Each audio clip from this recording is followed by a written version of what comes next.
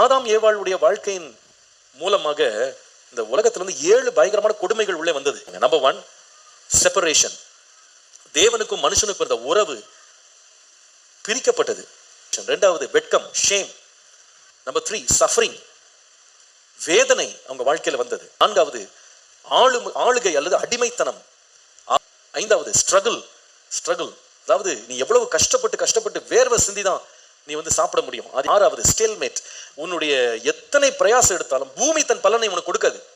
7வது suspension of life, நீ எந்தெண்டைக்கு உயிரோடு இருக்க மாட்டாய், நீ மண்ணா இருக்கிறாய், மண்ணுக்கு திரும்ப. இந்த 7 பிரச்சனைகளுக்கான அடிப்படை என்ன, காரணம் என்னன்னு கேட்டா ஒன்னே ஒண்ணுதான். நான் புசிக்க கூடாது என்று சொன்ன கனியை நீ புசித்தாயா?